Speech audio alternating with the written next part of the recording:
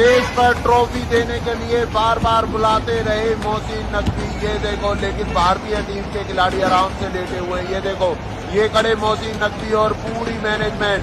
बार बार announce होता रहा कि भारतीय टीम ट्रॉफी लेने आए, लेकिन भारतीय खिलाड़ी तो आराम से लेटे हुए थे। तमाचा मारा। भारत ने नहीं ली एशिया कप की ट्रॉफी मोहसिन नकवी के हाथों से। ये देखो, बिना ट्रॉफी के सेलिब्रेट करते हुए अपनी जीत को भारतीय टीम। आज सभी हिंदुस्तानियों को प्राउड फील होना चाहिए अपनी जीत पर। पीसीबी के चेयरमैन, एसीसी के चेयरमैन मोहसिन नकवी के हाथों से नहीं ली ट्रॉफी।